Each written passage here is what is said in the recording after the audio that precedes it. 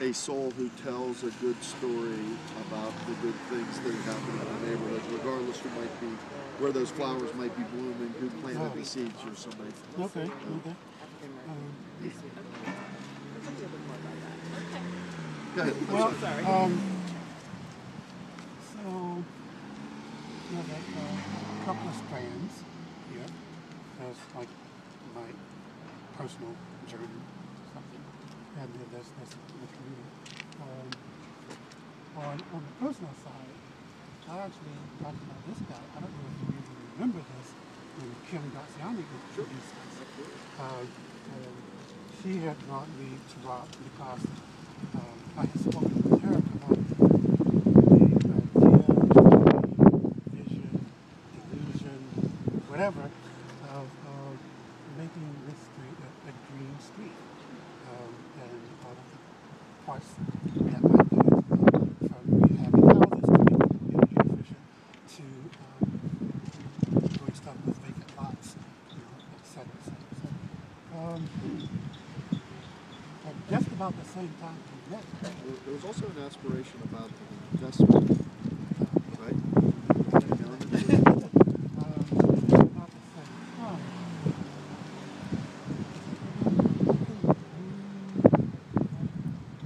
We were like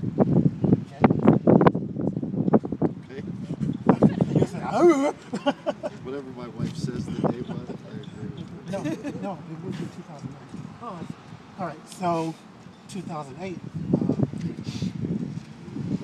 there was a shooting at that end of the block. A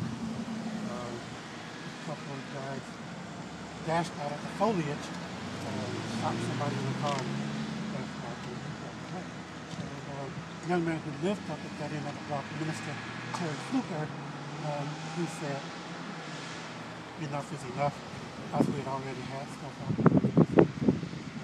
In fact, before that, there had been an incident on my block.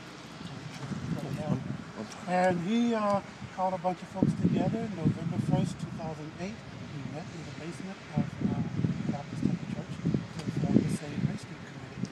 And it was basically just a response to the nonsense. Like, we can't let this continue. We've got to do something. The committee itself, our primary work so far has simply been in terms of physical landscape. Very, very basic stuff like street cleanups, which on our street doesn't just mean picking up trash. It can mean chopping down foliage that is taller than me. Okay. So there's a whole physical activity. Yes. Wellness. Yes. But a strong encouragement and the burgeoning of a group of people that don't just cut their grass, they cut the city's grass and they cut their senior citizens' grass. Yeah. All three of our grasses are now cut. Yes. And there's kind of the beginnings. Right. And that's starting to spread a little bit. I mean, there's people on the blocks over that are starting to... Yes. It's the responsibility piece that's pretty interesting. Right. I mean, it's just people saying, this is my street. This is my street. I live here. And the nice thing about a city neighborhood is, I mean, I live on a roadhouse, so if you're gonna shovel or cut your grass that's this big, you brought the weed whacker, and I find them clear down the street. These are big ones. Yeah. So that's been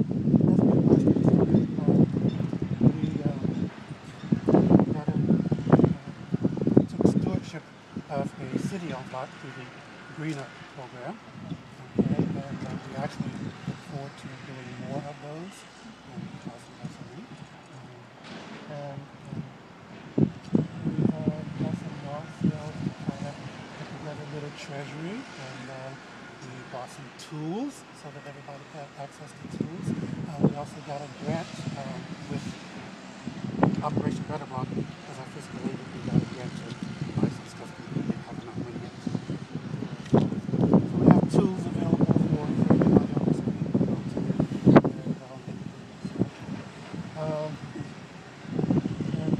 So that's like the first piece that's in play, just the physical landscape aspect of it. We had an annual meeting a couple weeks ago.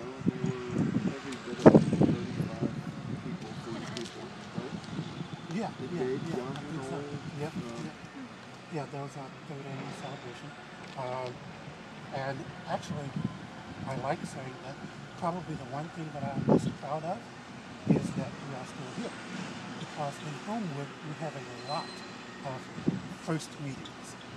You know, something traumatic, awful happens, and there's a rally, there's a vigil, there's, demand for somebody to do something, there's a press conference. Then a week later, what? What? So I'm proud of the fact that we simply have continued to do, and we're continuing to try to figure out the real what. And one piece of that is, as we look at any street as a physical environment, there's the land and there's the buildings, mostly houses. So we can do as much as we want with the vacant lots or even with people's yards, but at some point we have to deal with customers want to do something like that, or with the house goes next to it. And what we really are looking to do is to step up and take control and take ownership so that we can make decisions about what to do with these houses, rather than having decisions made for us that take us by surprise. Okay? We want to not operate on the assumption that everything vacant just needs to be torn down. We want to recognize the value of what's here and to do some sort of triage and to make intelligent decisions about which houses to tear down, which ones to fix up. Can you tell a little bit about the partnership with Rebuilding Together Pittsburgh, and actually, I'm going to give like a big prop to Jason because he was the one who kind of introduced us to them. But, you know Rebuilding Together Pittsburgh, right? Okay, well, very simply, we've become good friends. Let's see, we first started conversation with them, I think, 2 years ago. And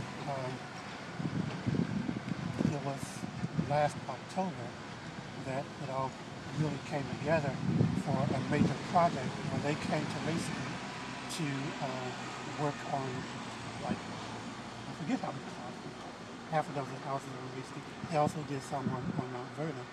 But it became a joint project between Rebuilding Together, UNA had a bunch of volunteers there, the Rosedale Block Cluster was involved, Mark Construction was involved, and I feel like I'm being out somebody. Showcase Barbecue provided lunch, Which was good. which was good. But for us, that was exciting not only because A, it helped us on the street, B, it further solidified our relationship with Rebuilding Together, but also because C, it helped to further relationships between all of these different agencies that, as far as I know, that was the first time that they had worked together on a project. And for me, that's really exciting because Diane Swan is here. That's why she was here, right? She She's here with equipment. If Yeah. it needed equipment, it was equipment. Yeah, You know, yeah, she yeah, was yeah, she was great. Mayat, was helping us do some stuff. We should talk about the vinyl project Yeah. a little bit. Yeah. Rebuilding Together Pittsburgh. If you talk to them about Elwin and Company, they have a pretty targeted audience, right? They got to find seniors or veterans in place that are in a bad way where they can galvanize around. They can't tackle huge projects, but they can get people in safer, secure, more energy efficient places. And finding the clients sometimes in the heart, well, they had one conversation with this guy and they had their 6 people. Now, I think they actually know that there's another 14 on the street that they'd like to do. So we're working with them on maybe what a spring 14 thing. I will also add and so he was taken by surprise and he came back to